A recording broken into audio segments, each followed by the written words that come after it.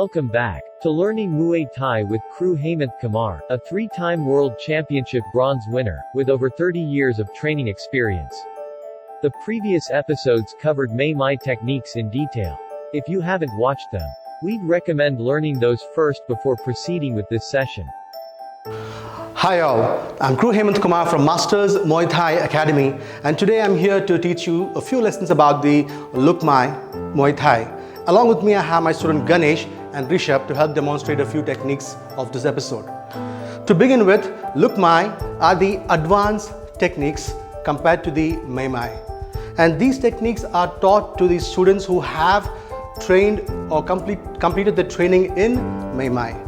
These are called advanced techniques because we have more of the angular movements, we have more of kicks, throws, locks and breaks which were used in the warfare by the soldiers.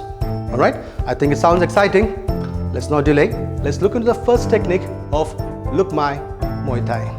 Ganesh, you ready? Rishabh? The first technique is Erawan Soei Nga, the elephant pushing the tusk, which means the elephant trying to use the tusk in form of attack. So when you see the tusk of the elephant, we actually symbolize the uppercut punch. So let's now see a small technique of the Erawan Soei Nga, after which I'll explain to you in application how we can use it in combat. Ready Ganesh? Ready Rishabh? Position yourself. Alright, we'll break the technique again. Ready? 1. So when the jab happens, right, it's a straight incoming attack, you avoid by going into the 45-degree angle, right? And from here the first shot goes in, the uppercut, 1, that goes to the abdomen. The second shot goes up to the jawline. So Erawan Soei Nga is nothing but the movement of the uppercut punch.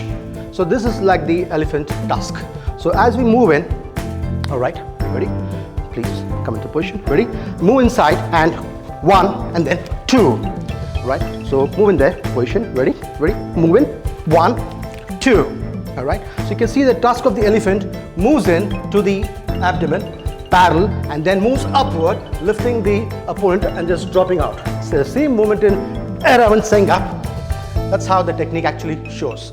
We can use it against any of the hook punch as well. Ready? So you hook, you block, and then bang, bang. That goes in. If you want against a kick as well, a roundhouse kick, bang, bang, bang. Alright? So it can be countered against a kick. It can be against a punch as well. Let's say they could throw /45 elbow, block, and bang. So this is how effective is the technique Erawan Soei Nga. I hope you liked it. Thank you. Great, I hope you had a learning from the first Luk Mai technique. Now we have the second one, Batah Loob Pak. Batah Loob Pak, the foot touching the moon. Do you think it's possible? It is possible. In Thai tradition, generally, the face is one of the most sacred part of the human body. They call this the moon.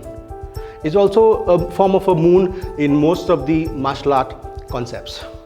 Now when the foot strikes the face, that's the technique Batah Loob Pak. We can see how the technique is demonstrated by Ganesh and Rishabh. Ready? Now for safety purpose, I would not allow the foot go thrusting on the face. So you will if you're working with a partner, you can do the same thing. Keep the palm on the forehead, no giving a gap between the palm and the forehead, keep it together, and this will be a gentle push because you're now training, you're not fighting, you're only training. Ready Ganesh? Let's now witness this, how this goes about. Please come this side. Ready? Alright, breathe out.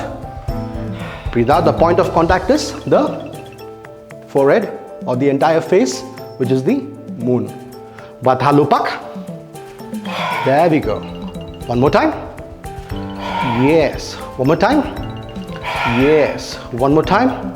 Yes. Again, you're witnessing the thrust kick, and the nature of the thrust kick is to ward off. So any kind of attack, the opponent comes with the swing or with the arm combat, with the kick, the straight direct thrust to the face will take him off the ground. If the thrust is 100% contact, can you just imagine what will happen to the face of the opponent? That's Batah Loob Pak. Thank you. Great. This is the last technique of this episode, and I presume you did have a good learning from Erawan Soei Nga and Batah Loob Pak. The third learning for the day would be Kunyak Panang, where the giant steals the girl. Doesn't sound good? It is just a technique. Now, what happens in this technique here is, it's like taking away the person who's attacking you, taking away from their position, immobilizing them with a small throw. Let's see how we can work that out. Let's say against the, please come in front, against the cross jab, you miss the jab or you avoid the jab and your hand goes around the neck point. This is a pivoting position here, and from here your leg is in this position here. You would turn the body around, okay, and you can then thump. This elbow can go on the solar plexus. I didn't strike there, but I just showed you the movement for safety purpose. You will now see the next move. All right, now let's see Kunyak Panang. Move, lock, and then throw. That's a finish. That's Kunyak Panang.